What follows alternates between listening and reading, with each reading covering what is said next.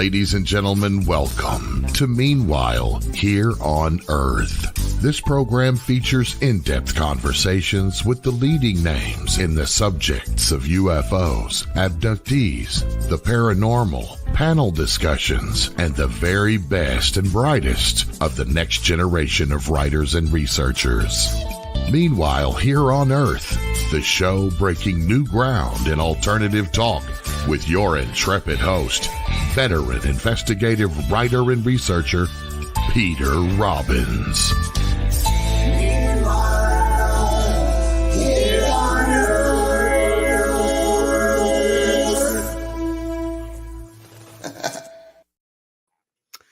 Thank you, as always, for that mellifluous introduction. My producer, Race Hobbs. This is Peter Robbins. The show is Meanwhile Here on Earth, and a special edition tonight. On January 4th, a good friend of a good number of us, Tracy Tormé, passed away from complications from diabetes, which had been bedeviling him for years.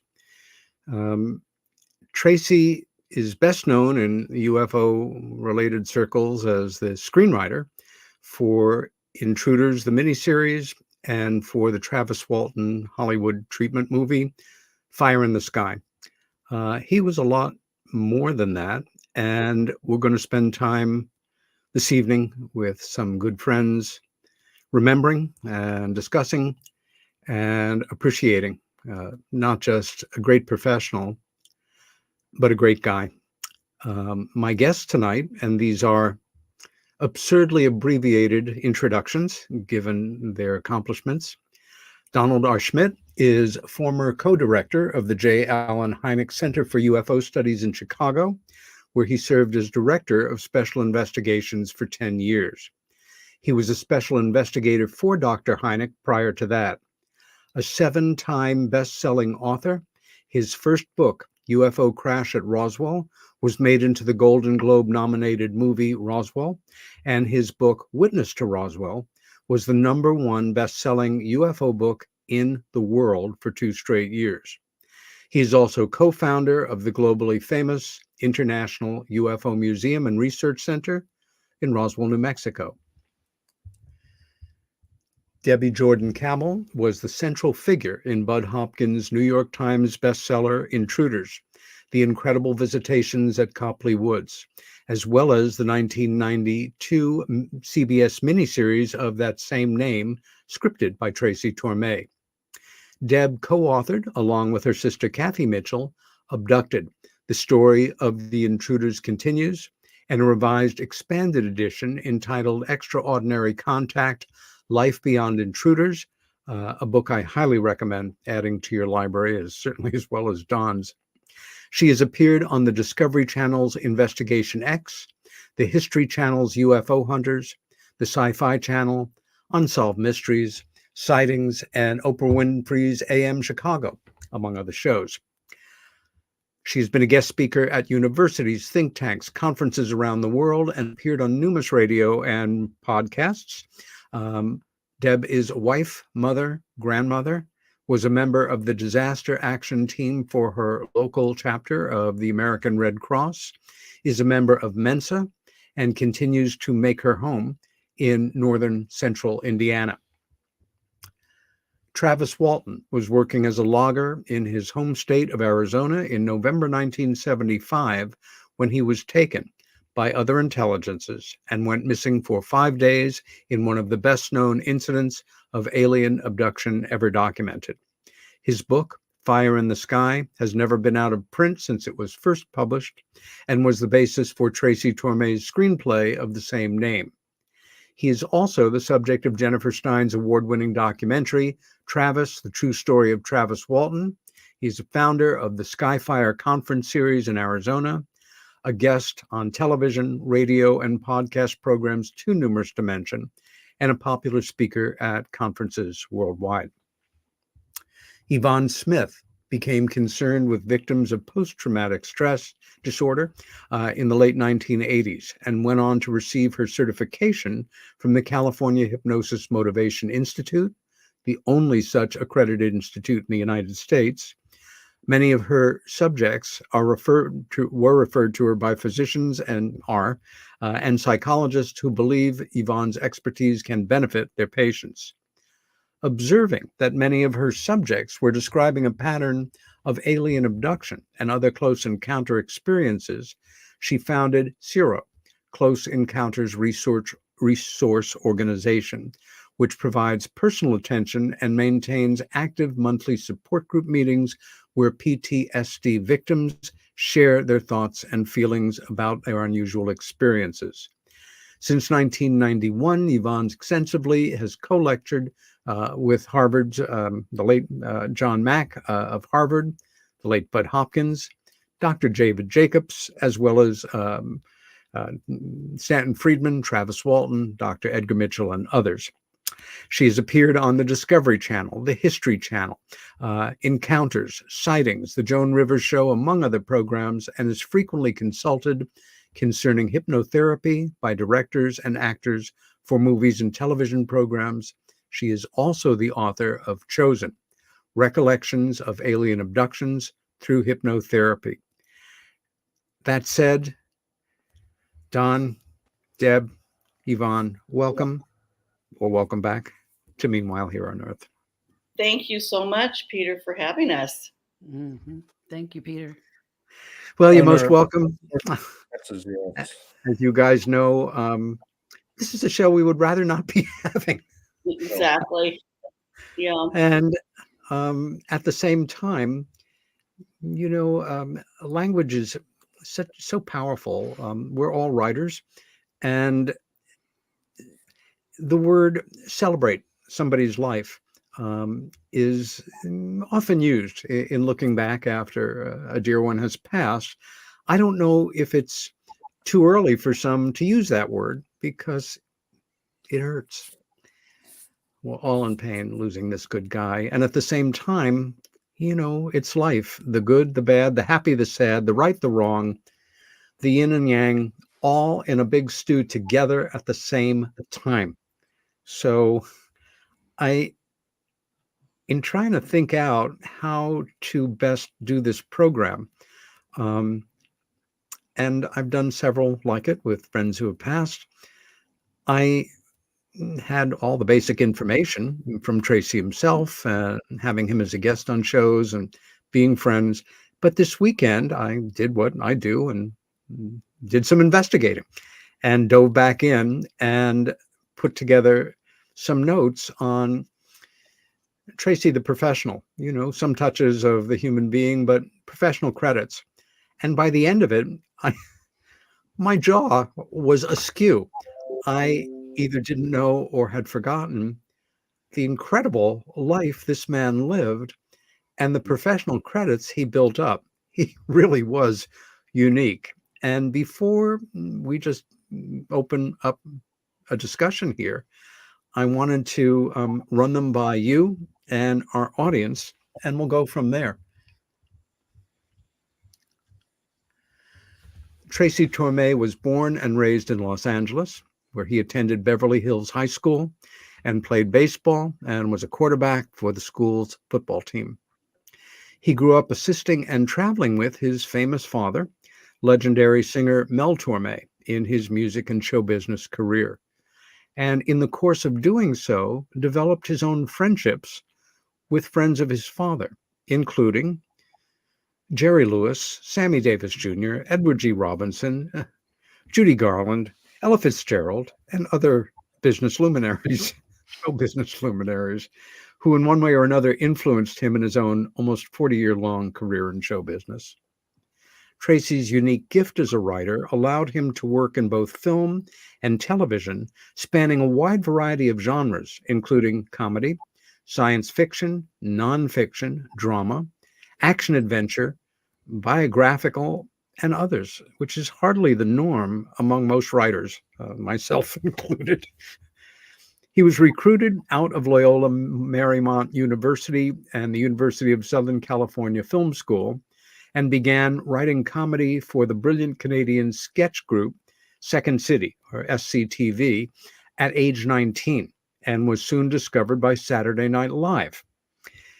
He moved to New York and wrote comedy there for the next 4 years or so before returning to Los Angeles to write for Star Trek: The Next Generation.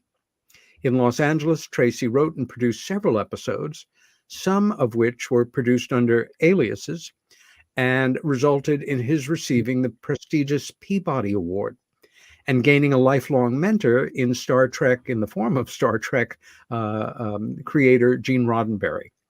It was Roddenberry who told Tracy to create his own TV series, and the show Sliders was the result. It was sold to Fox Universal, where he and partner Bob Weiss ran the series for 5 seasons. HBO Studio was his next stop, executive producing and screenwriting for Carnival. And there he developed a close relationship with creator Dan Napf. The two of them partnered up to create Where the Heart Is, which they then sold to Showtime.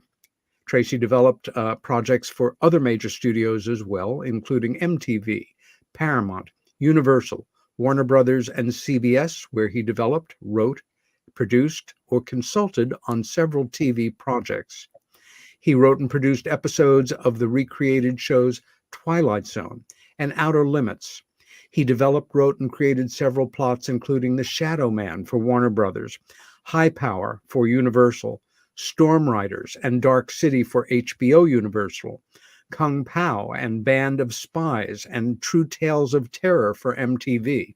He created and developed the script for Doomsday and wrote and produced the miniseries The Black Whip for CBS, though his most notable project with that network was the miniseries Intruders, based on Bud Hopkins' best-selling book of the same name about Deb Jordan Kauble's UFO-related experiences. Tracy developed, wrote, produced, and/or consulted on other film projects, including The Fugitive with Harrison Ford, Contact with Jodie Foster, the remake of The Thing for the Sci-Fi Channel, among others.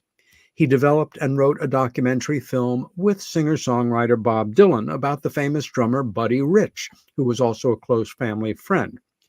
Tracy also wrote and produced the film Fire in the Sky, based on Travis Walton's UFO abduction experience, and developed and wrote the first draft of I Am Legend with Will Smith, the film he co-produced. In his spare time, what there was of it, Tracy continued his personal study of UFOs, UAPs, and alien abduction, providing him with the opportunity to work with multiple prominent experts in the field. In fact, it was Tracy who introduced David Jacobs to Bud Hopkins, creating a lifelong friendship between them. Tracy wrote a novel, Fast Walker, and a script for Messengers of Deception with the book's author, Jacques Vallée, and longtime colleague Bob Weiss. He also wrote or produced the movies The Big Goodbye, Spellbinder, Mirage Men, Chaos on the Bridge, and UFOs: The Secret History, and produced James Fox's UFO documentary, The Phenomenon. I know that Tracy was considering writing a memoir, but I do not know if he got around to doing it. More recently, the King of Jordan had invited Tracy and Rod Roddenberry, son of Gene Roddenberry, to assist and consult on affairs including film and television internationally. Tracy made his home in Escondido, California, where he lived with his wife Robin and their rescue dogs. His public speaking credits are too numerous to mention, but he volunteered his time and mentored and assisted quite a number of young and aspiring writers. He and Robin shared a passion for helping abused children and neglected animals, and were involved in numerous fundraisers and volunteer projects to assist nonprofit foundations, live, on film, and as members of different boards of directors.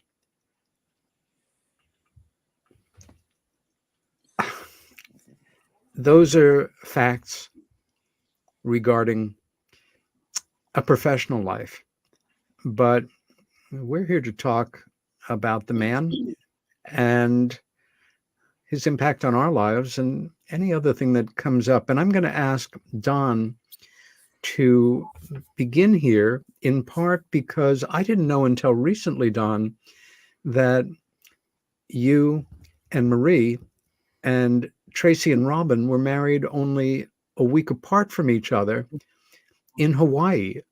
Your friendship goes way back. Can you start by telling us about when you first met Tracy?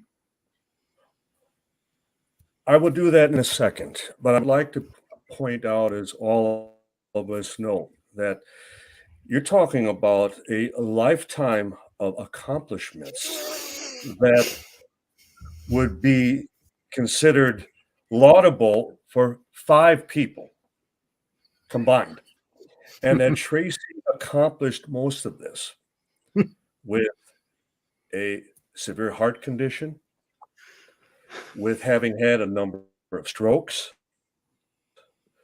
with having type 2 diabetes, with having broken his leg in 5 places in a bad fall, and with being on dialysis in need of a kidney transplant for over a dozen years. Yeah. So I like to start with that premise that for anyone, I mean, Tracy essentially had everything going against him. Yeah. And yet he swam against the current all that time and still accomplished everything that you just described, Peter. And to me, that serves for anyone viewing this program as an inspiration, as a motivation, that the idea that any one of the things I just mentioned would be enough for a lot of people to throw up their hands and say, you know, I'm done. I'm out of here. Yeah. But he never did. He never did. And he was making plans once again for the future. That's the wonderful thing. And we were waiting on his kidney transplant, and we were getting ready as he was awaiting over the last 2 years at the Mayo Clinic in South Dakota. And we were to rendezvous, we were to meet out there. And, you know, that we were then going to take care, we were going to be with his wife, Robin, my wife, Maria, and I. So it was, and for each and every time that we were ready to move, another health issue would develop, because obviously the big concern was that in his frail condition that he wouldn't survive such a surgery. Yeah. And so this all, you know, weighed on his growing urgency that the dialysis was only, you know, prolonging, you know, his life to the extent that to wait any longer, we saw what the ultimate, you know, outcome would sadly be. So with that as a premise to the rest of the program, I had met Tracy after I had been invited by Paramount to essentially endorse the Fire in the Sky movie, to attend a press conference, to provide them with a statement, to come to the premiere. And who should call me out of the blue but the very writer of the screenplay, Tracy Tormé. Don, I would advise you to stay away from the movie. It has nothing to do with the truth. They have totally bastardized my entire script. You would be well advised to stay away. Yeah. And I did. I mean, what better source than the very writer? Yeah. And I already knew Travis. And all he needed to add was, Travis as well was very sorry as to the final script outline. And you are absolutely correct that they wanted to, after Intruders, the miniseries, that the studio felt they needed to up the ante, that they needed to sensationalize the entire abduction sequence just to justify it being made into a feature film. And Tracy was correct. Travis was correct. I mean, we all find ourselves, whenever the movie comes up, we're apologizing for the fact that we know that at least that portion of the movie has absolutely no basis in fact. Yeah. And again, much to the credit of Tracy, because in many respects, he then would have become labeled a hard ass, a hard case, that he's difficult to work with because he'll sell you out. He won't stick to our script, so to speak. Not a team player. Not a team player. And, talk about a man worth his principles and his scruples, and that, he stood with his friend Travis. He stood what he knew to be the truth, and we loved him all the more for it. And so what a way to have finally, met the man. And we'll get into much more, but I don't want to. I do want to come back to that because the specifics are important. But, you have reminded me, his health wasn't just bad, it was terrible. And that in itself would be enough to shut down the juice, so to say, of a creative person. It's just that why bother? And there is so much going wrong with me, as opposed to I am here and I'm going to make it happen, and just recreating the joy of creation of one project after another. I want to know, Deb, when he first became interested in making a film about your experience that Bud, of course, had written about in Intruders, how did he first come into your sights? I know that you didn't seek him out. How did you first meet him, and how did this thing develop between the two of you, and your impressions and thoughts back then? I met him at Bud's when I came from Indiana during the course of Bud's investigation of my case. I made, 2 or 3 trips to New York City. And during one of those trips is when I was introduced to Tracy by Bud. I remember sitting in Bud's living room, and Tracy was sitting on a little dining room chair, kind of all splayed out. And, we were in our 20s. He and I was born in February and he was born in April. We were almost exactly the same age. And I was in my 20s, late 20s when I met him, early 30s, maybe. And when I first, he was so laid back and easygoing and quiet, he just seemed such a sweet person to me. And Bud asked me, he's like, I would like, if it's okay with you, can Tracy sit in on one of your on a regression session with me and you? And I said, I would have normally said no, but I don't know, for some reason I said, okay, yeah. I mean, I just felt like right off the bat, I trusted him, I was going to say that's a high level of trust. Yeah, because I honestly, I'm trying to think about it the other day when I was telling somebody about it. I don't know that anybody else ever did that. All of our sessions were recorded on audio tape, but I don't recall anybody else sitting in on actual session with Bud and I. I think Tracy might have been the only one that I ever let do that. Probably true. And then, Bud, it was fun when I met him, and Bud always had a way of making me feel like a part of the family. So, and I remember, this is so weird that I would remember this, but when I was there, and it was when I met Tracy, we went all to Chinatown for dinner.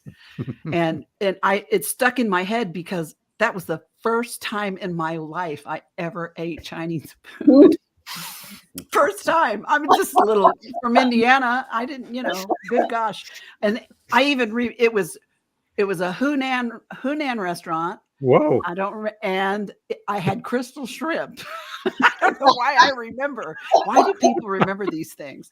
And I remember all of us sitting around at the dinner table, all around the table of the restaurant, eating and talking. And I just was so impressed with him. Here's this guy the same age as me. And I'm like, he's already doing so much. Writing for Saturday Night Live. And I was just a little single mom cutting hair, in Indiana. But I mean, he was just so nice and sweet. And then at some point, Bud came to me and said he wants to purchase the option. I think it was an 18-month option or something. Yep. For Intruders. You probably know more about this than I do, Peter, because I was back in Indiana and Bud you were probably his assistant at the time, so you probably knew a lot more about that than I did. And I was excited about that because I wanted to get our story out, so we could reach a lot more people like us. And then after it came out, I'm not savvy, don't know anything about Hollywood or things like that. And, when it turned out to be a little bit different than what I thought it was going to be, there were a few scenes in the miniseries that were directly out of Intruders, but there was a lot of other stuff that I didn't recognize and I didn't know. Because it had nothing to do with the original story. But no, it didn't. It made for a wonderful drama. Yeah. But and when I would go and talk about it, when I would speak in public, and then people would come up to me and say, "Oh, I saw the miniseries, and when this happened to you and this happened to you," and I'm like, "That didn't happen to me." I mean, I would feel bad because I'd be like, I didn't want them to think that that happened to me, and then I felt bad about it, so I kind of hung on to that a little while. But as I got older and saw how things unfold and learned how things work, I realized that what he had done with the Intruders miniseries was really something special. Yeah. Because, it was one of the first things I ever saw on mainstream TV that wasn't ridiculed. There wasn't like corny music and people snickering. And he took the whole subject and me seriously, and he took my feelings into account seriously. I actually got 2 phone calls during the production of this. I got 2 phone calls from Mare Winningham, who was playing the character that was. I was about to ask you, on me. Had you been aware of her as an actress before this? I had heard of the name, but I hadn't. I didn't get around much. I don't think I'd seen anything she'd been in. If I did, I didn't know who she was. Yeah. But she was so nice. I still have one of the voicemails that she left on my old answering machine. The old tape ones. Lovely. I saved those things. I'm so sentimental. I have some voices, a lot of voices from people that are no longer here. And I saved that because she called one time and left a voicemail. And now I'm like, see, and I could prove they cared about me. She said that she wanted to talk to me about how to play these 2 particular scenes that were very emotional. Yes. And she wanted to be respectful of what I had gone through as a woman. And she just wanted to do it right and do right by me and do it justice. She did it right. And I was so thankful. And I always felt like Tracy was part of that whole thing. You know what I mean? Because he was that kind of person to me. I didn't see him as often or talk to him as often as you guys all did. I think the last time I saw him was in California when I came out to Ciro a few years back, Yvonne. Yeah. And I know it was right during the time, I think it was right after Carnival. And I was like, Tracy, I am obsessed with Carnival. I absolutely, I love that. I was gushing all about that, and I wasn't even talking about UFO stuff at all.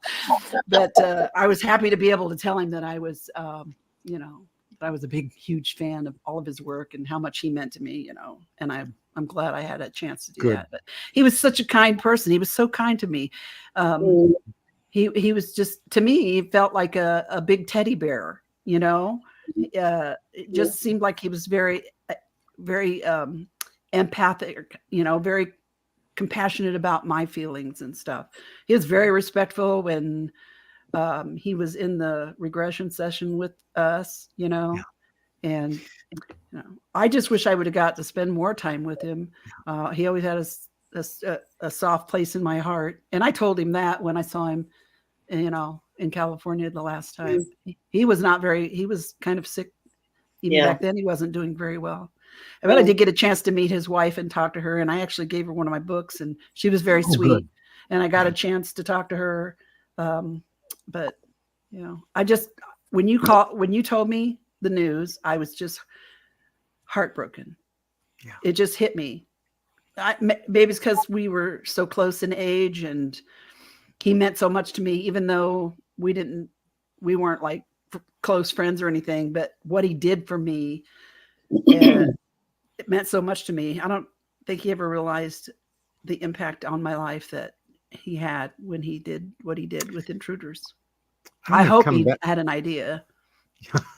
He does come back to this, Deb. And Yvonne, before we go to you, you brought something up for me, Deb, which is when you're dealing with public people in sometimes a controversial field like we're in, no matter how successful they are, there's a certain amount of, we all have a social facade, that straight face to the world that you can't be an empath with everybody. You'd drive yourself crazy.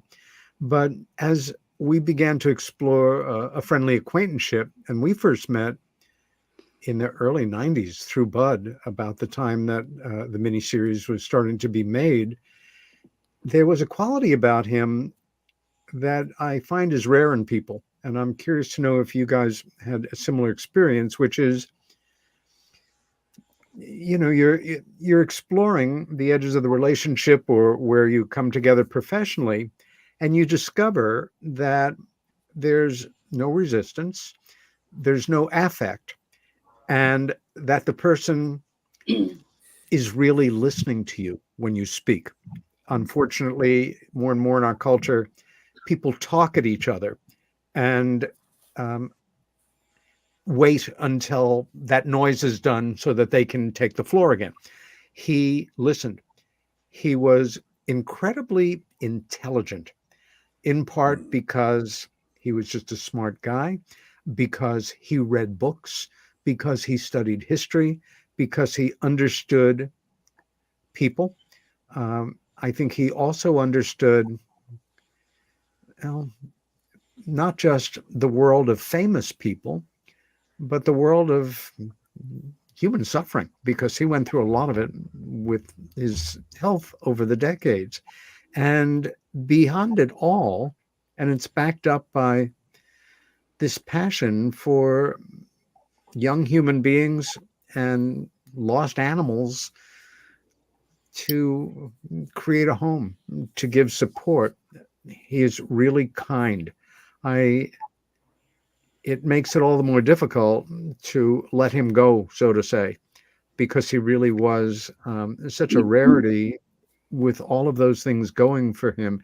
Yvonne, your life, your work is about assisting people, being there for them, helping them through trauma. What are your first memories of Tracy, and can you tell us a bit about the genesis of your friendship with him? Just this last several days when all this happened, just thinking back at, when I first met him, and we're talking about, the miniseries Intruders, which brings back so many memories for me. I believe it was when Intruders, it was in the talking stages. And I remember Bud came out to Los Angeles. I was still married. My boys were very young. And he would stay with us a couple times when he'd come out. So I had a 2-story house and extra room and so forth. So one of the times he came out, we went out to lunch with one of the producers was, I think it was Dan Shaw. was it Dan? I think it was Dan. I'm pretty sure it was Dan. And the last name is just escaping me right now. But we had lunch. And I think it was in Studio City. And around that time, I drove Bud to another studio because he was doing an interview. And I think that's when I met Tracy. So it was right around the time Intruders was still in the talking stages. And I wanted to add what Deb had said about Mare Winningham, who played Deb in the movie. She called me, and I'm sure it was after she spoke to Deb because she wanted to get, her role in expressing what Deb had gone through during those experiences. And she asked me if there would be an opportunity for her to sit in on one or two of my regression sessions because she never observed one. And of course, she didn't know anything about it. And so I asked one of my longtime clients and Ciro members, support group members, and they agreed. And so she came over to my house because during that time, very early on in my career, I was seeing clients out of my home. So she came to my home and observed the entire session. We spoke before I got her, she observed me talking to my client, taking notes about where we were going to take this regression. And so she had the opportunity to see, and I told her, I said, this is real. The person's not going to be acting. I don't know what's going to happen. I never do. And, you'll have the opportunity to ask questions afterwards.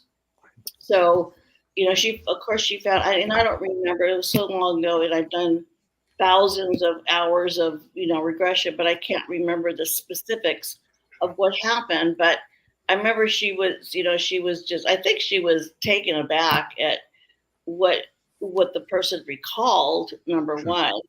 But she sat and talked, to my client, and she was very grateful for that. So she obviously, Deb, when we spoke about this before, she took part in this miniseries seriously, and I thought the miniseries was excellent. I thought it was excellent, and I still recommend it to people if they've never, heard about or experienced or really know the details about abduction. I think they got it. Even though Deb, I know we talked, they threw the crop circles in there, and you were married at the time, and of course I love the actor who played your husband. Oh my God. I liked him better than the husband I had, which I don't have anymore. So, and then after that, I invited him. He came to a couple of Ciro support group meetings. Of course, he asked if it was okay because he wanted to, obviously, for how he was writing, he wanted to meet people who were having these experiences. So, and again, back in the early days, I was having these support group meetings in my home. At the time I was still married. And so he came a couple times, and I think he was, again, was, my God, how do you do this? I said, I don't know. I just do it. But then he invited me to the private screening of Fire in the Sky. And I remember, this is Paramount, and I remember I got a couple calls from clients because, no, this was afterwards. I'm sorry. I got a call from, because this was before the movie came out, actually, from, oh my God, I'm getting old because I'm drawing another blank. The author of Tahunga Canyon Contact, Anne Druffel. Oh, sure. She was the first person I met in the field because she lived in the town next to me here in Southern California. A great scholar and a lovely woman. Oh, yeah, she was, but very sweet. And she called me. Because she had gone to one of the screenings and she was very alarmed. And she said, Yvonne, oh my God, your clients are going to see this and it's going to scare the hell out of them. And she was just really upset about it. So I thought, oh my God, what, because that's before I went to the screening.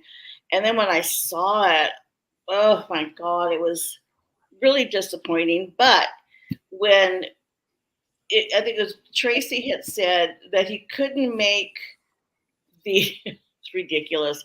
He couldn't make the Fire in the Sky aliens resemble or look like the Intruders aliens. Otherwise, Paramount was going to scrap the whole project. Yeah. So they had to be different, even though they all look like that. Yeah. That's didn't make any sense. Yeah. Never mind the facts. Mhm. But so. And I still can't watch the movie. I mean, and Travis knows very well Sure. that that scene was just terrible. And I went to him after, and I felt bad, but I said, "Oh my God, Tracy, what happened? Like, what happened to this?" And it was like in the back, of the theater, small theater, and I felt bad. I think, oh, I shouldn't have said anything, but I was just like, No. I think I was trying to defend the abductees, and Sure. I did get calls and a lot of phone calls during then. We did some emailing, but not like now. But I remember some of my clients were, I don't know if that happened to me. I mean, they were terrified, and I told them, remember, this is Hollywood. They have to. I mean, it's what's that word? Sensationalize this subject, And so that's why I never spoke about hybrids when I did a lot of talk shows, because sex with aliens. I mean, that's what they were going to do with it. So it was, so I've known Tracy for, I mean, like most of us, over 3 decades. And just over December, this past December, he had called me a couple of times because he wanted to send me something that Robin wanted me to see. And I called him, we did connect, and I had talked to him for a while. But during that time, through the years, like Deb had mentioned, he spoke for Zero a couple times. And one was, we had a panel, it was fantastic, with Deb there, Preston Dennett, and it was, I think, did we have Travis, I think we had Travis, and I think and Tracy Tormé. Yeah, Travis was there. That's right. I was. And so, I mean, we had connection all through the years. And when we spoke, it was really nice to speak to him. He always called me Hun. Okay, Hun, we'll talk later. And when he left his last voicemail, this was after New Year's, I knew there was something wrong because of the way he sounded. And actually, I got a little worried, and I called him back and I left a voicemail, and it was the day before he passed away. And I emailed Robin, and I said, oh my God, I haven't heard back. I didn't know if there was, I don't know, Don, did you hear anything about a memorial? I thought maybe they may have just had it for the family, or maybe they just, maybe he requested not to have one. I don't know, but they were asking for donations in lieu of flowers, donations to the animal rescue, his favorite one, or whatever one. Sure. And I'm a big animal advocate, so that's what I'm going to do. But I didn't hear back from her, so I don't know about a memorial. Gosh, I hope I would hate to miss it. If I didn't get word. I don't know, Don, did you hear anything about it? Don? No. What we were planning on even having a 65th birthday party in April. Yeah. We had been talking, leading up to Christmas. I forget when he told me, and he was so excited that he had converted. He was raised Jewish, and he converted to Christianity. Oh, really? And right there, I knew something was wrong. I knew something was wrong. Oh, okay. And he then we actually spoke the night before he died. And he didn't speak of the birthday party. And he then asked if I could bring Marie, my wife, to the phone. Robin wanted to speak, wanted to talk to her. And they hadn't talked in a number of years, whereas I was talking to Tracy every month. Sure. Or we were working on this project, that project. Peter, you had mentioned like even the Doomsday storyline. And he had worked with Howard Stern of all people on that. It was going to be an animated series. And he would always tell me, Howard wants you on his show. And it's like all I had to do was remember what Howard Stern did to our good friend Dave Jacobs. And it's like I don't need that publicity. I'm not that type of thing. But anyway, I speak to Tracy tonight, and there was absolutely no mention of any plans for the future. And so I asked my wife Marie the same thing. Did Robin say anything? Yeah. About we'll see you in a few months. Yeah. Or let's talk. It was a goodbye. It was a goodbye. And the next morning, God. sounded terrible. He sounded terrible. To the point he sounded like he either over-medicated or he was dying. That's exactly what I thought he sounded like when he left the exit.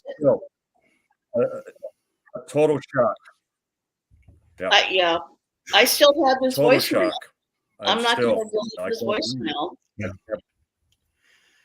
I do too. Well, and you mentioned about saving.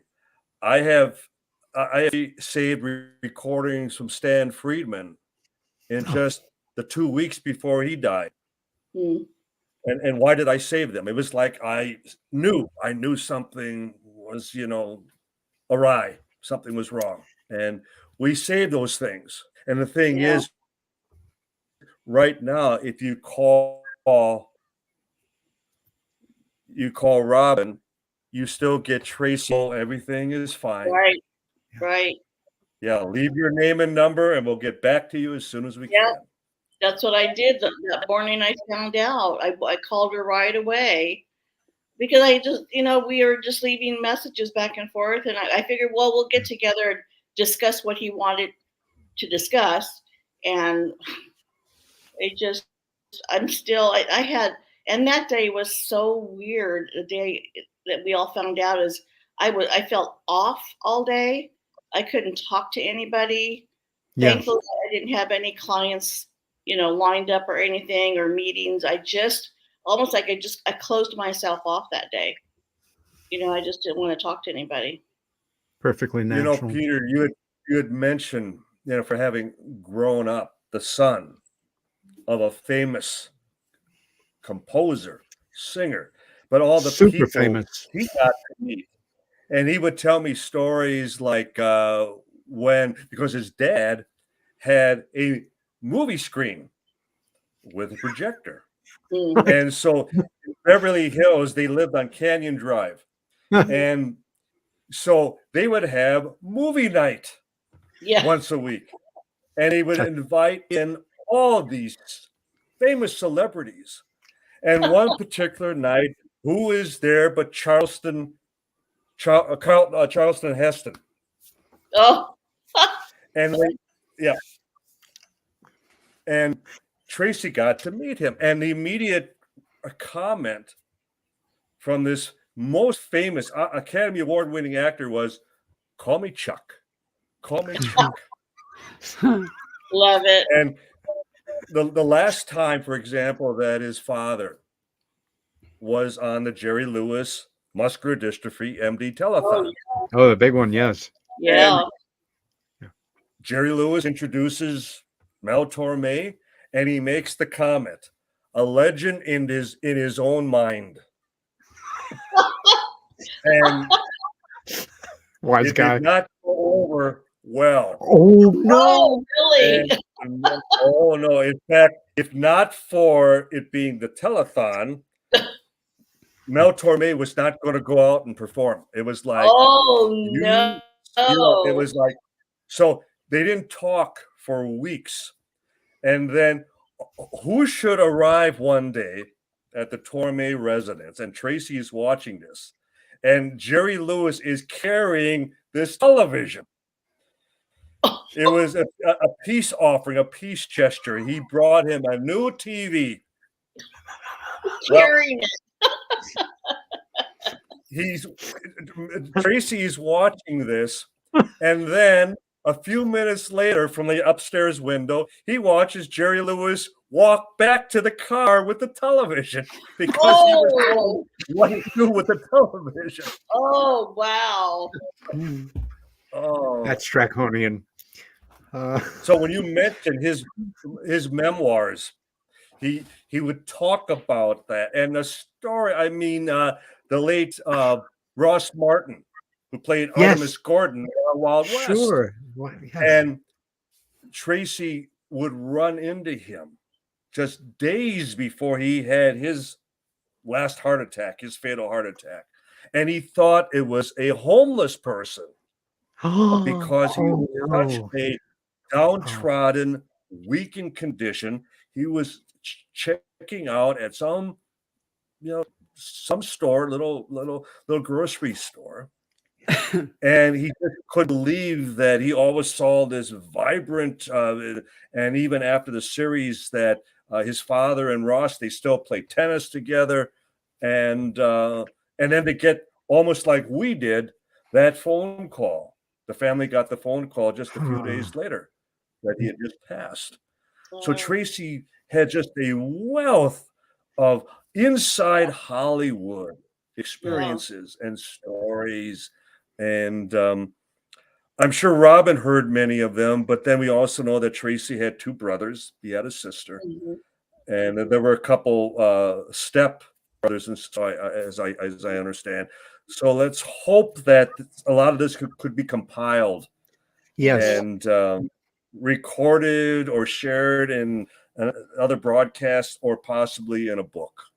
Wouldn't that be wonderful? That would be wonderful. That'd be wonderful. Yeah. I mean, when I would talk to Tracy, it was always about UFO stuff.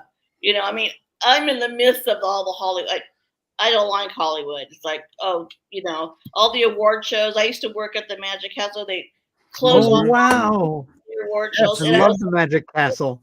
I was like, over it. I'm over Hollywood. So, and I there at the castle, I met a lot of celebrities, in the capacity of how I worked there as the assistant to the president. So I was able to talk to everybody, go up to all these celebrities. And, I just, when I spoke with Tracy over the years, we always talked about UFOs. And, but, when I read his bio, after he passed away, and Peter, I'd forgotten how extensive, I mean, what a talented writer he was. Well accomplished. Yes. And so well read on the subject. Oh, yeah. And Sliders was a huge show. My boys loved it. When I told them that, Tracy had passed away, it's like, oh my God, they remember. First thing they said, Sliders, but he was so, talented. And it just, another one that we lost too soon. Even though he was so much, when I came from Indiana, where I was never around any of that Hollywood stuff or famous people or anything else. But when I met him at Bud's, he was like just a regular guy. I mean, he was wearing kind of a brown leather scuffed up jacket, like a motorcycle jacket, and blue jeans and some kind of tore up tennis shoes. I mean, he just looked like a dude that, I went to high school with in Indiana. He didn't look, he was just a very regular kind of person. You bring up a very important point. There was no affect. No. A lot of people who are the the son or daughter of a quote unquote famous person will ride on that for the rest of their Yeah. life. And that Yeah. is really their accomplishment, or, Right. their. And I think that's one of the first things I loved about him, was that he was just like me. I mean, just like a regular person. And But I that's what completely forgot about his dad and everything, 10 minutes in. he would walk into the Well- steering meetings. It was the same thing. He, he just regular like anybody else. And he was very respectful when he was sitting in on the meetings. Very respectful. He never had that. You meet a lot of them in the Hollywood arena, but he was never arrogant. All his accomplishments and who his father was, never arrogant. No. And I think that's why, Deb, you just felt very comfortable. Plus, you trusted Bud. So when Bud asked you, could he sit in? Of course, that your trust and love for Bud, you're gonna really think, I trust Tracy. I have to cut you off right there because we have blown through our first hour. This is Peter Robbins with my special guests, Deb Jordan Kauble, Yvonne Smith, and Don Schmitt, and we will be back on the hour. Don't go away.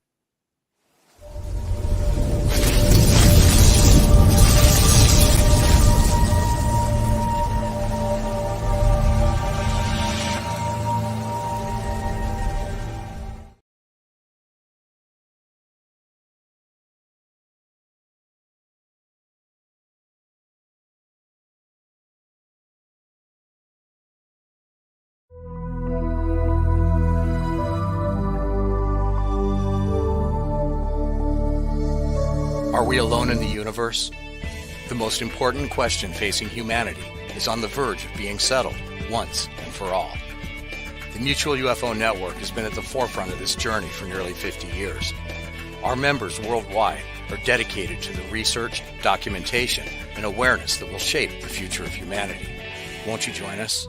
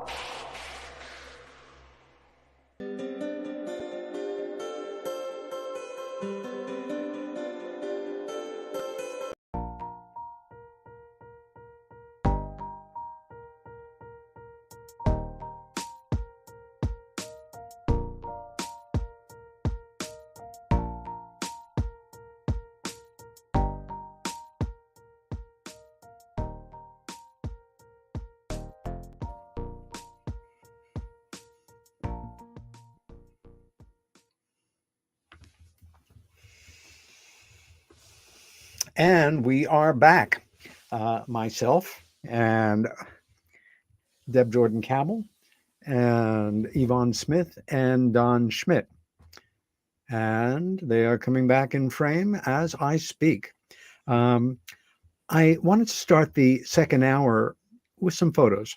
And also to spend a little time talking about and thinking about Tracy's dad, because for current generation, certain names from the big band era and the post big band era have come down to us. Nobody doesn't know who Frank Sinatra and Tony Bennett were. But for whatever reasons, certain performers who are monster popular in their time, they, they don't follow through as popular figures in contemporary American popular culture. But make no mistake about it, Mel Torme was as big as they get back when. And one thing that we didn't discuss at all, which Don, you might be the one to know or correct my memory here, but how Tracy became involved and interested in the subject of UFOs, without which we wouldn't be here right now talking about him. His dad had a sighting. Yeah. And it happened, as I recall, in the earlier 60s, in a classic of, being out driving in beautiful Southern California, top down, and there is a fully articulated UFO. Of course, this is back in the time of flying saucers and little green men. Let's not talk about it. Ridicule is attached. His father could have cared less and didn't stop talking about it to one degree or another for the rest of his life. It was just a subject that he took seriously. And Tracy naturally inherited that, which I love. Yes. Tracy's mom and dad, beautiful couple, Mom Janet. And I was going through Mel Torme album covers. There's like 100 of them. I mean, this guy was so prolific, but just a couple of them, I mean, he was a kid when he got started, and that became his nickname. The Velvet at the end of the week, totally. I like that, Ray. With that voice. I'm going to say, there's the other Velvet, our own Velvet Fog. I actually should have probably just lined them up. I mean, there were dozens of them, but he just kept, he was a perennial, like the Energizer Bunny. He just kept working.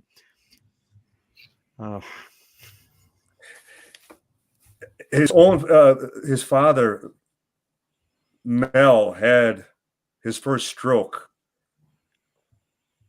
just before I had met Tracy. And then thereafter, every time I would be with Tracy, he would always, my dad said to say hello. And always with the thought that as soon as my dad is back on his feet, he'd like to meet you.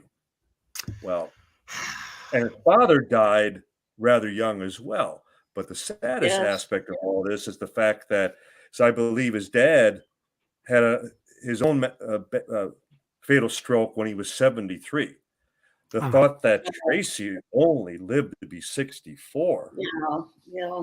I mean, parents never expect to outlive their children. They just don't. Of course. God forbid. And so, and at the same time, Tracy had, in terms of health challenges, the cards really stacked against him.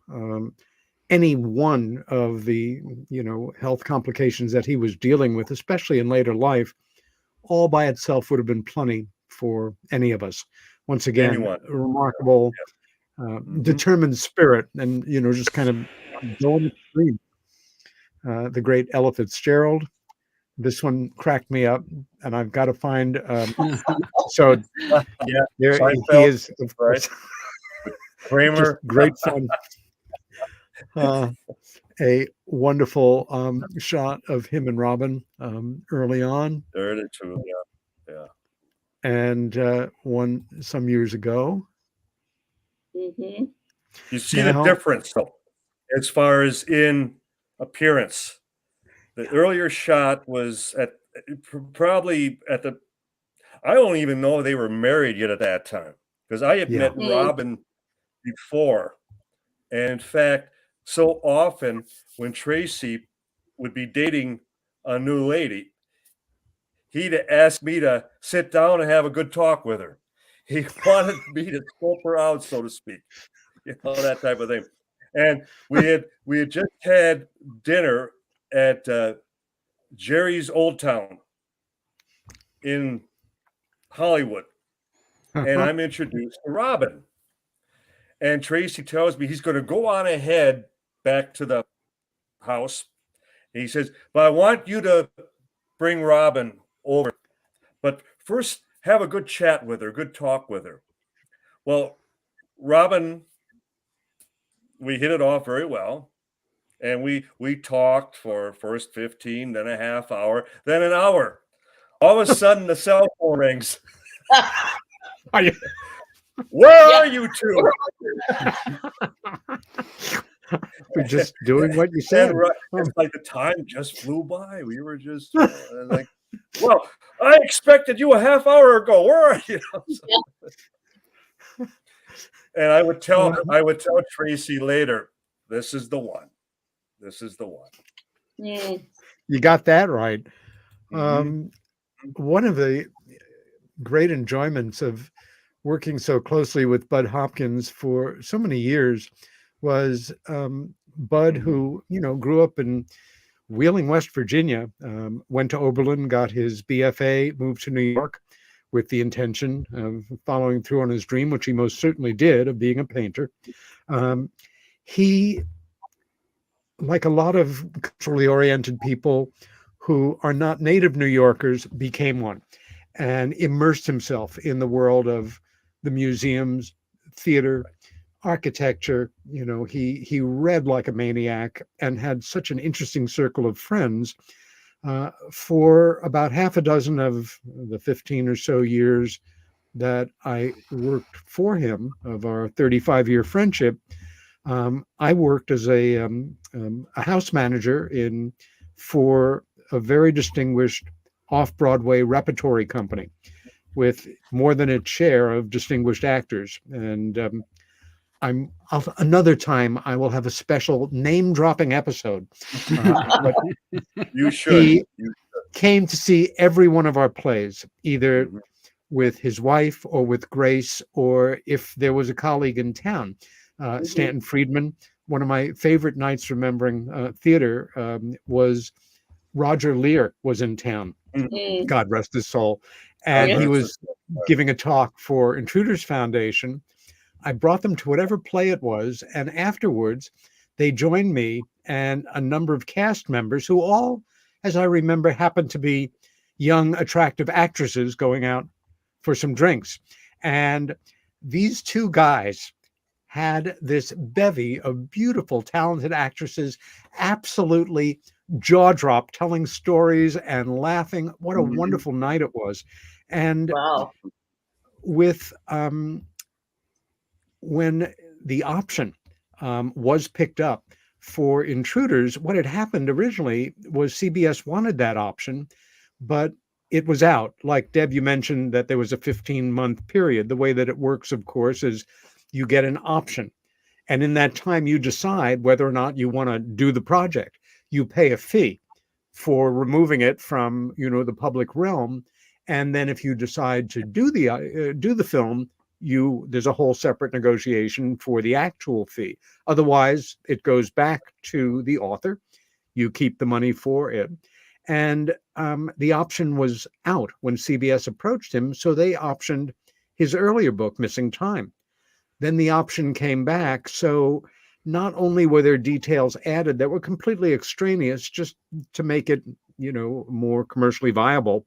For example, the whole Ben Vereen aspect of the miniseries, which had nothing to do with anything that happened in your story, but was so well done. Vereen, who's a wonderful actor, played a military MP who had been a guard at the crash site and had to be institutionalized after, and, total tangent. But the idea that we were going to be working, that Bud was going to be working with actors to help develop this project.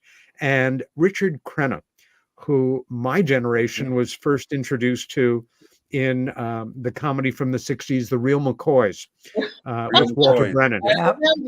Yep. And when he was a teenager, a bit before my time, Our Miss Brooks. I remember that too. Yeah, high school, comedy. But most folks don't remember that Crenna was a marvelous character actor. He had a series where he played a detective for a period, but he came and spent time at the studio And it was primarily to observe Bud Hopkins, nuances of his behavior, the way he moved. And he made certain decisions about the role based on that. For me, you remember, Deb, and certainly you remember, Don, that studio. It was huge and wonderful in the back of his old building, but in the winter it was cold. Yeah. You know, it was a All the big, sculptures, yeah. and Bud wore like big fisherman sweaters. It wasn't like a fashion statement, you know. It was just that it was freaking cold in there. Yep. And one of the details was kind of made a decision to wear like big sweaters at a certain time. The fact that John Mack had just come into the work when Tracy was adapting it for the miniseries, he didn't make him a painter, but he didn't make him a psychiatrist. He made him a psychologist, kind of in the middle there. Mare Winningham, who we spoke about earlier, marvelous actress who I think did a superb job in that role. And let's remember, there was nothing on television except the UFO incident from 1975 about Betty and Barney Betty and Barney Hill. Yep. Yeah. Interrupted Journey. Yeah, made for TV, but at the same time, I think if it had been released as a film, it would not have done well. It was too damn scary. I actually, to digress for a moment, I had an opportunity years ago to speak with James Earl Jones about how he made that part his own. And this was before, of course, the recordings that Dr. Simon had done from the regressions. Right. And he got the chance to listen to them all. And he said at that point, I mean, just thinking about it, when Barney screams, it's get chills. When he's screaming, I have to get out of here. I have to get out of here. Yeah. Absolutely. And Jones, like a great actor, made it his own. Also, and you know, I'm going to jump into it right here. Again, Intruders, the miniseries. Susan, oh my gosh, what's her last name again? She was the mother. There you go. Susan Blake, yeah. And she was marvelous in the role. It wasn't one, you know, that called for a great deal of nuance. She was just perfect for it.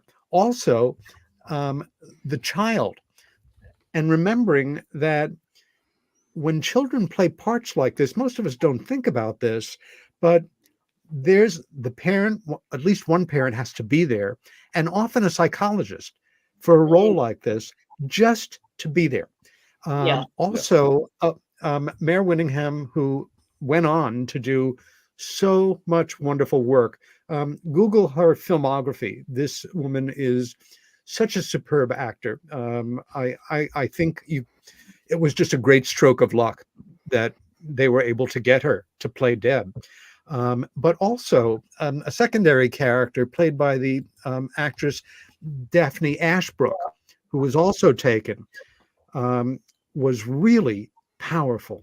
And Don, I'd like to spend a moment here, well, more than a moment, but to talk about what actually happened to bollocks the Travis Walton film, because it's important. And I heard the story, of course, from Travis and from Tracy, but it bears repeating. And again, I'm going to ask if there's any detail that I'm getting wrong or misremembering here, please jump in. When Saturday Night Live became a phenomenon on television, I think 1976 was their first season, NBC, the head honcho there, happened to be an executive named Brandon Tartikoff. He had zero to do with the project, but he was there. So he got kind of titular credit for it. And as is the case, he was kicked upstairs and went from NBC to heading Paramount. I don't like the fact that taking people and it's a business term of taking somebody who may not be fully competent in a job, and the way that you get rid of them is you give them a more powerful and more important job. It's called the Peter Principle. I'm not thrilled about that term. I'll leave it at that. What? Right. Oh, thanks. I thought we No were friends. connection. And Right. so it was him. It wasn't some amorphous whatever. And what happened was they're set to go. They're on location. They are in Arizona. They have however many people, the actors, the technical people, the caterers, everybody involved in a film production, and dozens of families getting ready to bend on this paycheck. And Travis and Tracy get a phone call from Tartikoff, who has seen Intruders, the miniseries, and he did not care that the screenplay was accurate as written by Tracy. He wanted a newer, scarier, weirder, stranger alien. Both Travis and Tracy did their best to prevail on him, explaining, Correct. and I think very rightly, that this was going to work just fine, that the audiences were going to appreciate it, and that they didn't have to make it weirder. And what he said to them in so many words was, if you don't do this, I'm halting production on this. I'm taking the $10 million loss, and X number of people are out of work. What are you going to do? See,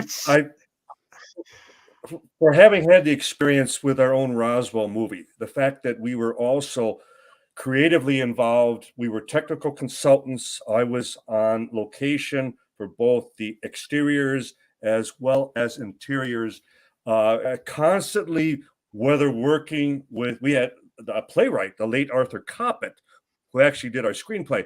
But the idea that our director, Jeremy Kagan, was continuously asking our input. We were involved in watching the daily rushes. We were creatively involved. Neither Tracy or Travis were allowed to be creatively involved.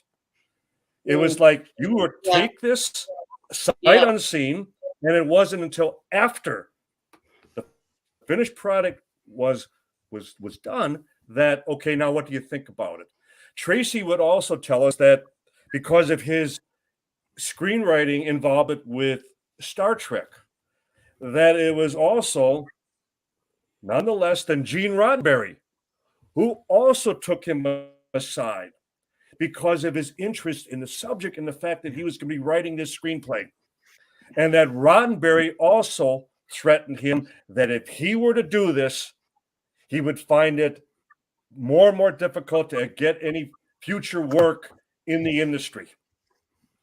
That the subject was that taboo, even in Hollywood, nonetheless. Yeah. And so Tracy was getting it from both angles, both directions. And again, the fact that he would have called me the way he did, and Don, stay away from it. It's not, it's not anything I would endorse or stand behind. The fact is, of course, that there was free reign making any kind of film that one wanted to, as long as it was goofy or scary or sensational, or if the aliens were good, they were cartoon good, and if they were bad, they were really bad. But to tell an aspect of the story is just, I think, still a cultural anxiety as well as an industry anxiety. Flying saucers, little green men, haha. The Alien, which Race was joking about earlier, that was a young woman that he dated in high school. Not true. This had nothing to do with reality. And this, the whole, totally fabricated. Yeah. Travis had described a feeling of claustrophobia, and maybe this was at best attempting a touch of allegorical, but it had nothing to do with the reality of the events in question and the opportunity that was lost there. It, no wonder Travis and so many of us are hoping that somebody will remake that film. God knows they make enough, films now, and usually not as good on the second or third go. But this is a film that really, I think, would like to be remade. And wouldn't it be wonderful to see a full, accurate Hollywood production of Intruders as well? Oh yeah. The industry is growing up at this point, no question about it. Also, the Richard Crenna went on to work with Tracy on another project having nothing to do with UFOs. And it was one I remember. In fact, I rewatched it about a year ago.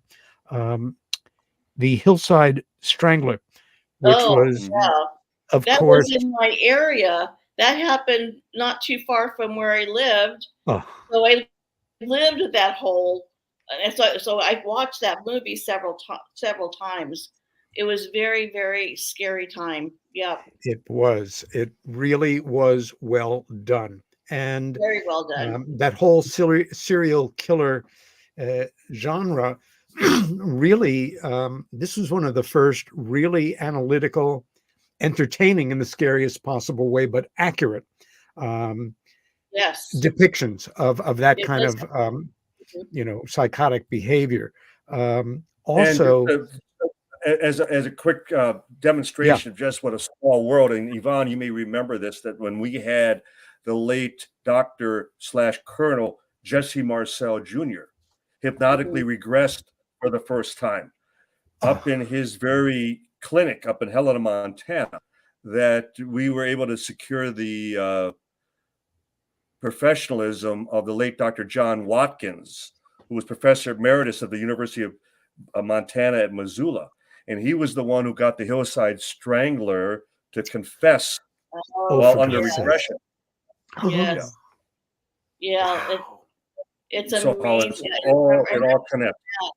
I watched documentaries, and I remember that because I used to work at the LA Superior Court, and during the Hillside Stranglers, they were pulling women over and all that. I had to drive through Elysian Park to get home, and I actually carried a gun in my purse. Good. And I remember the deputies that I worked with, and the sergeants and everything, they said, "Look, if you get stopped, just tell whoever stopped you that you work at the courthouse. You're afraid that you may, that these guys may be following you." Sure. It was I mean, I can't believe how local that all happened. So that's right. I'm glad you brought up. I forgot that Richard Crenna started that movie and that was very accurate. Because I watched documentaries about that too, but that movie was accurate. And there's a perfect example. You can take a sensational subject, make it into a screenplay that walks that line between telling the truth and being, and I use the word in a very special spirit, entertaining. It could have been the formula that was applied to Fire in the Sky, but wasn't. One story about Fire in the Sky that I don't think most people are aware of, no reason they should be, but for me, one of the best parts of the film was the late great James Garner playing Sheriff Gillespie. Yes. Who doesn't like James Garner? I mean, from the moment we met him as kids in that Cowboy series, Maverick. And yes, exactly. And oh my God, his incredibly popular detective series with Noah Beery. There was something about the man that was so likable, and his characterizations were always good and solid and feeling. He also did comedy great. I mean, remember Victor Victoria? He had a sense of comedic timing that was great. He's somebody I would have loved to have met. But here's a story about Sheriff Gillespie. When Jennifer Stein and Bob Terrio were working on filming Travis, the true story of Travis Walton, and that took 5 years of returning to Arizona, and in some cases taking some years to win the trust of certain people. And he's included in the documentary. At a certain point during a break, Jennifer said, how did she put it? To the effect of, wild as, the guy's account was and Travis's story, was there any part of you that took it seriously? And he said, oh yeah, I believed him. I took it completely seriously. What? Yeah. He said, number one, you have to understand, this is the 1970s. This is the height of macho culture. It's law enforcement. We're in the West. I can't talk about believing in flying saucers. I would lose my career. Exactly. My life could come completely undone. But some months before the event Travis had, I was driving with my daughter-in-law. We were in two separate cars. She was ahead of me. We were out in the middle of nowhere. And a fully articulated disc, I mean, there's nothing ambiguous about it, came in right over us. And it came in so close that my daughter-in-law, in shock, lost control of her car and it went off the road. She's fine, but very shaken up. He said, Of course. I knew it was real. I believed him, but I couldn't talk about it. Yeah. And Jennifer said, would you be willing to go on camera about this and talk about it here? And he said, I'll think about it. He's already in his 80s, long retired, and he passed away in his sleep a few months later. So we never got that. But so he was never on cam. I don't think I've even seen the documentary yet. I should give a copy, but I don't think I viewed you it can yet. find it online, or Jen can certainly get you a copy. But it's a wonderful documentary. I'm biased, of course, as an associate producer, but one wonders how many stories there are like that, kind of tucked away. We're still going through that, Peter. We're still going through that. We've got to get rid of this stigma once and for all, that people don't want to come forward and be on camera to this day because they're afraid of losing their credibility and their job. Why? Because we're talking about UFOs? I mean, it's ridiculous. Well, again, we are in, for the past half dozen plus years now, what I would call, generally speaking, the post-ridicule era. Whether or not the seminal pair of articles from December 17th, 2017 by Ralph Blumenthal, Leslie Kane, and Helene Cooper were responsible for or triggered or just kind of marked that transition that was waiting to happen.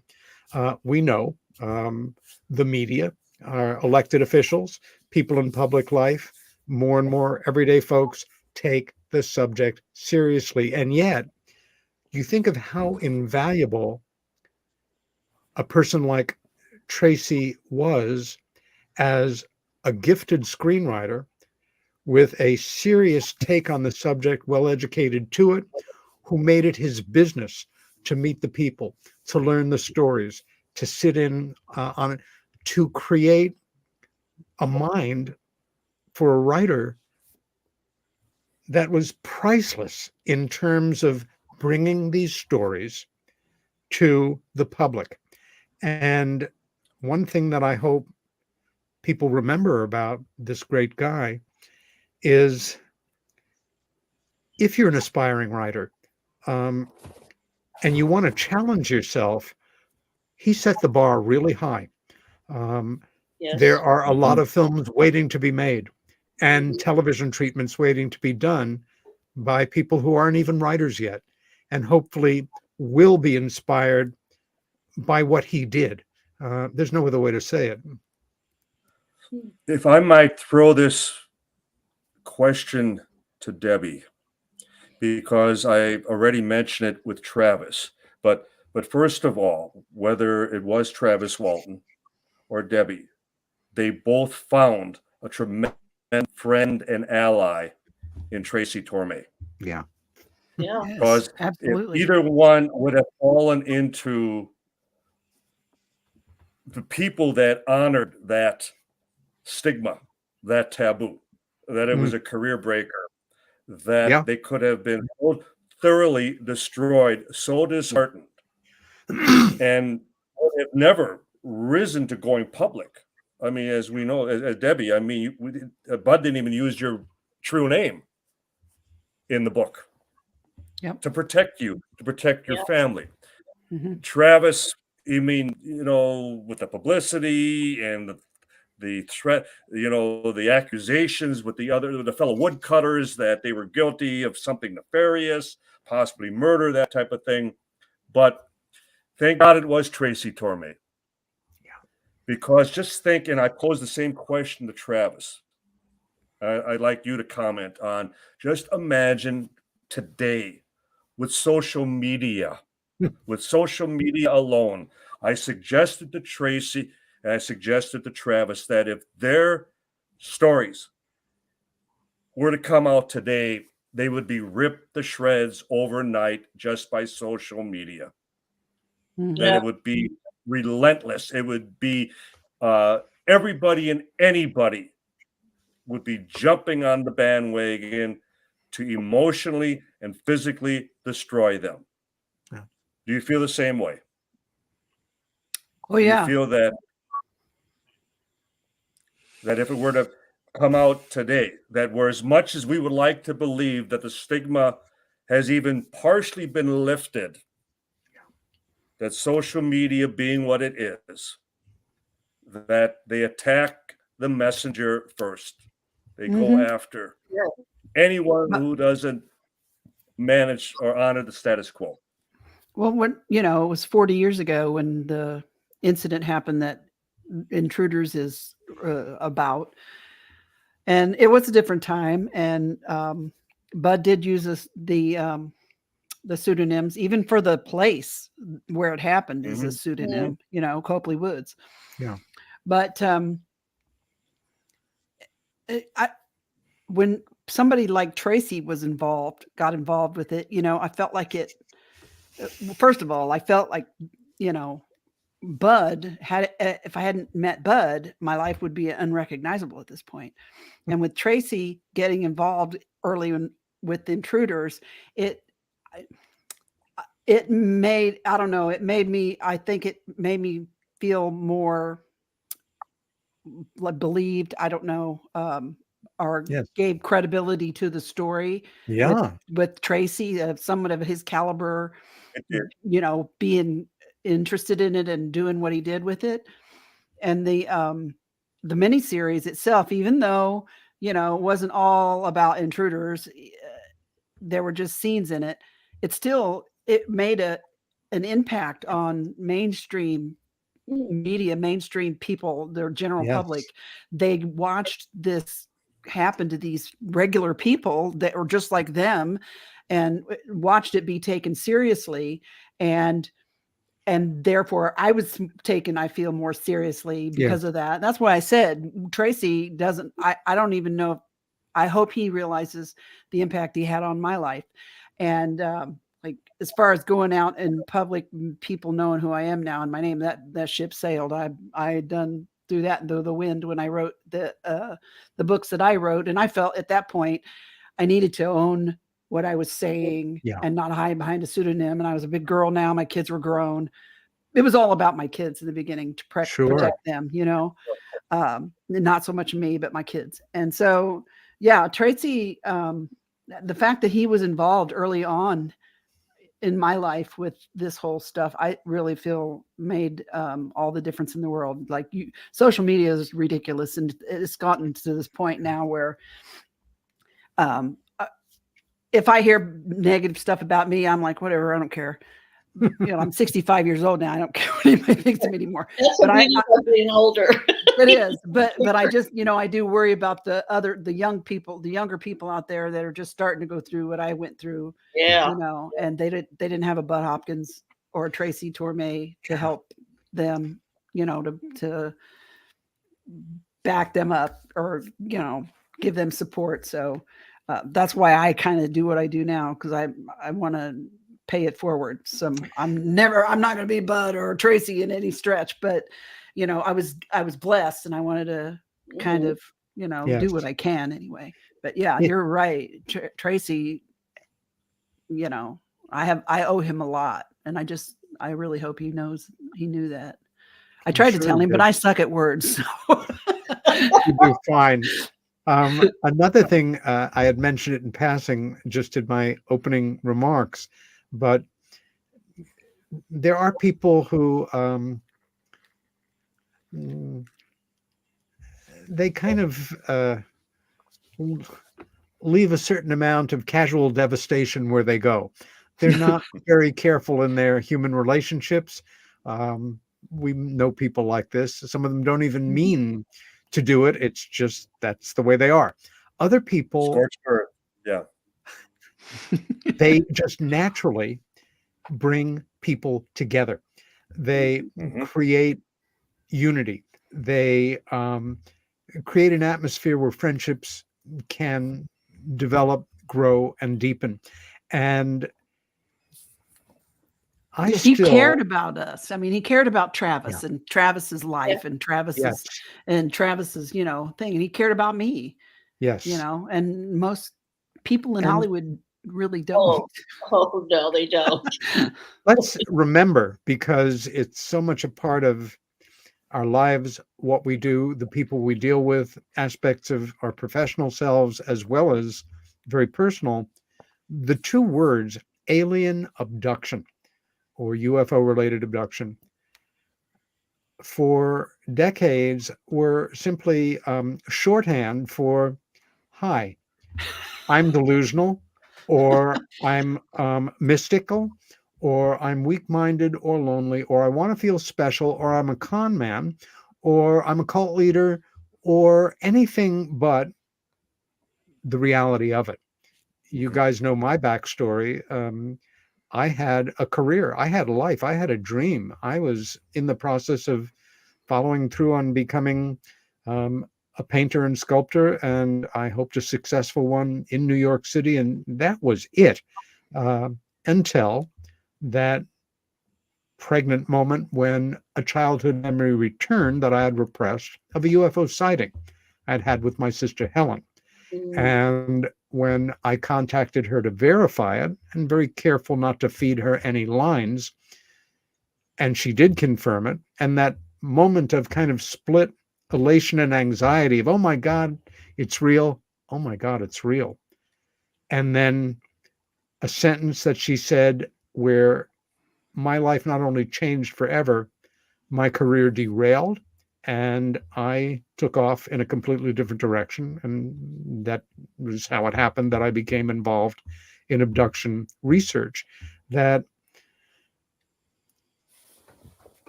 it's still such an uncomfortable subject, and understandably so, for any good-hearted, average, open-minded person. Forget about, people who are skeptics or debunkers, even in this more increasingly enlightened climate.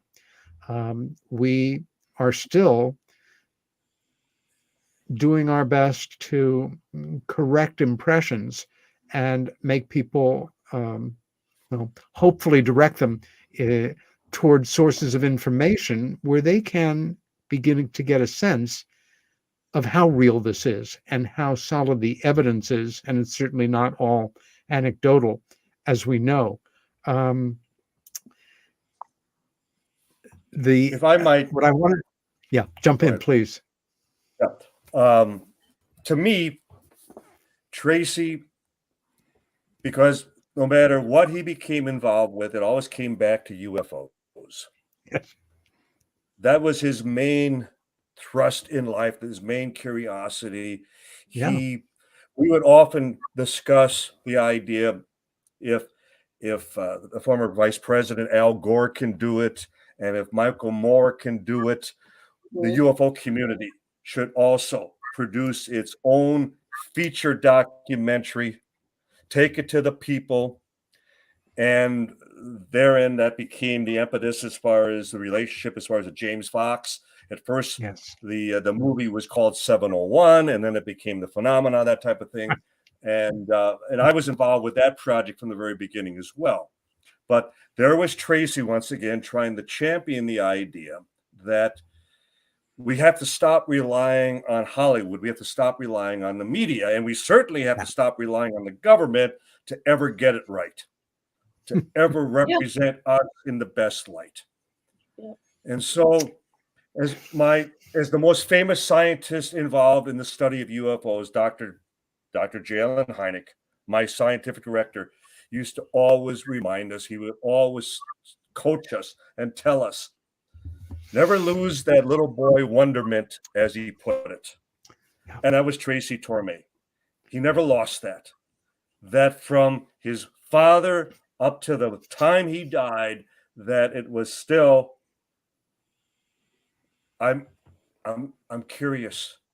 That's science. That's what a scientist should never lose. The curiosity of what's over the next hill, of what's beyond, our own solar system. What's beyond? Now he has all the answers. Now he's with Dr. Hynek and John Mack and Bud Hopkins, and so they have all the answers. But I'd like to think, and that we all would agree, that for whatever time we have left, that those Tracy Tormés will be whispering in our ears. Yes. Go the next hill. Go the distance. Absolutely. Finish the project. Finish it. Yeah.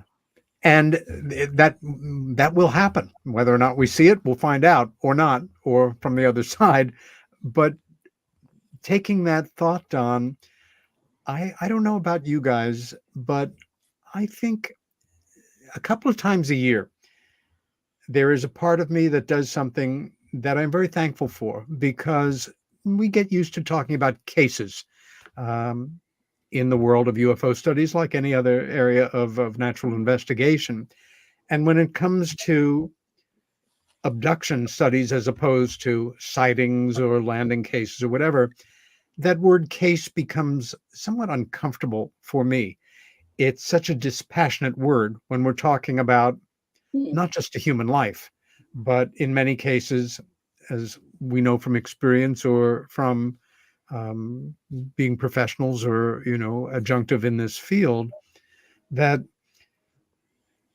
this can be involving the most shattering, frightening, and in many cases, legitimately beatific and wonderful experiences, and more power to the people that have them.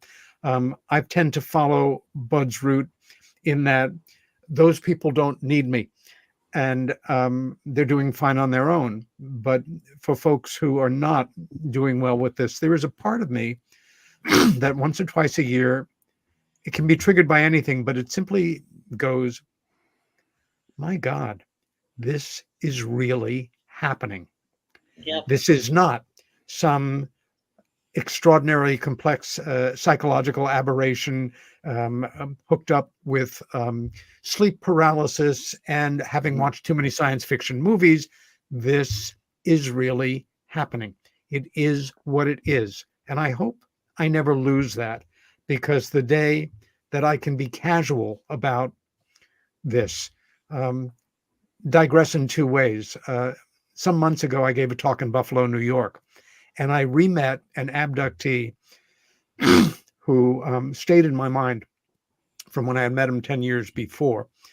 Lifelong experiencer, an electrician, extremely pragmatic, married to a practical nurse, living in rural upstate New York.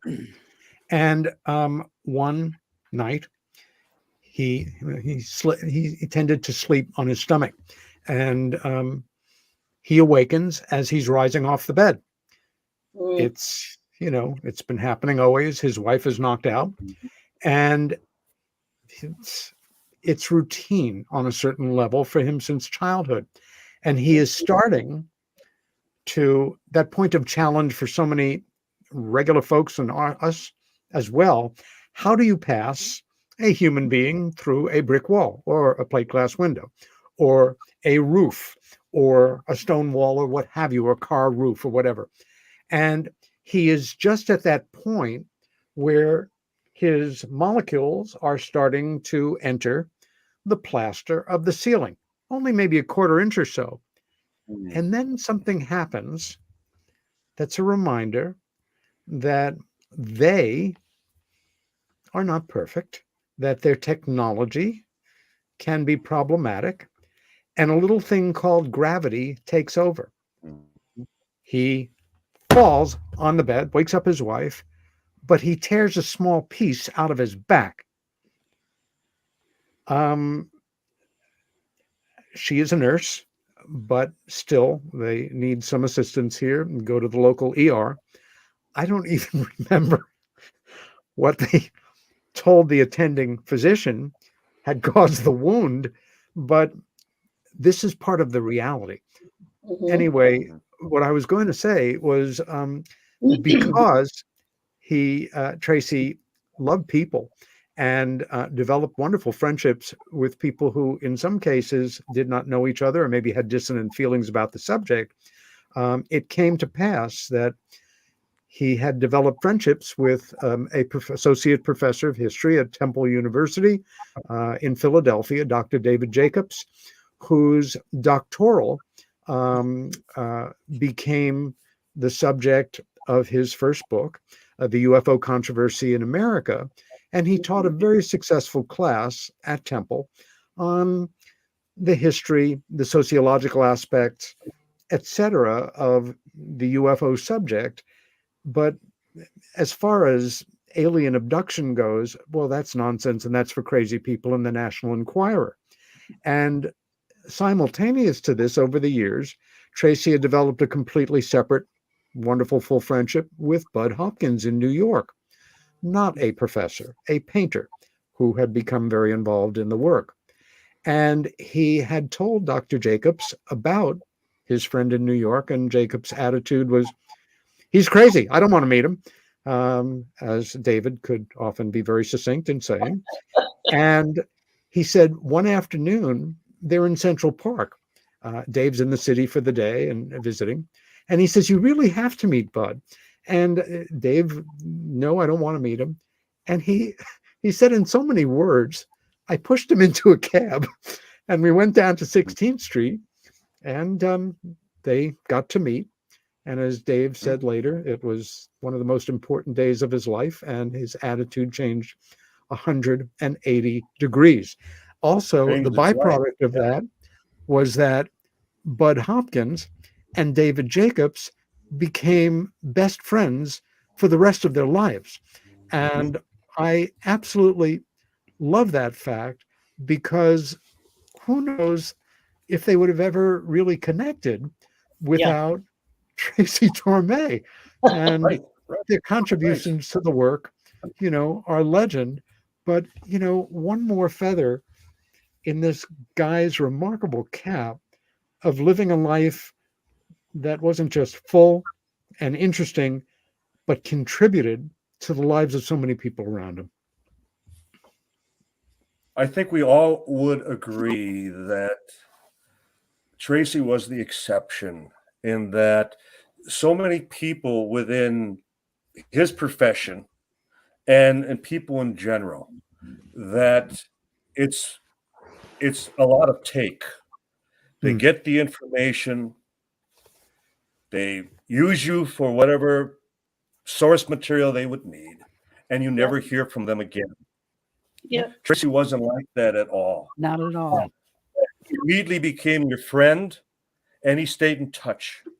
Yeah. And if he just had so much of a question, if he had just so much as a theory or something he wanted to bounce off of you, he kept your phone number on his desk. And that was one of the most wonderful qualities about Tracy, is that it wasn't that he became a pest as much as, you need me for anything, just call me.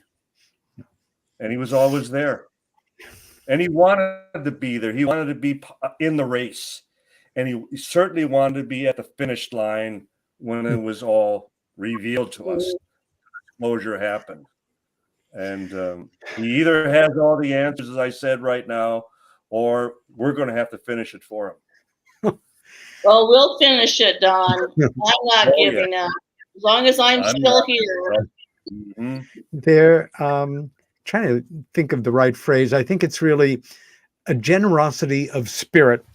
And one thing that we haven't touched on, because it didn't directly interface with our relationships with him beyond maybe passing comments was with all that he took on, with all that he did, with the demands on and enjoyment of any meaningful marriage, and his love for Robin, that the two of them dedicated a huge part of their life to working with kids Mhm. and with animals With who animals. had been beat up by life.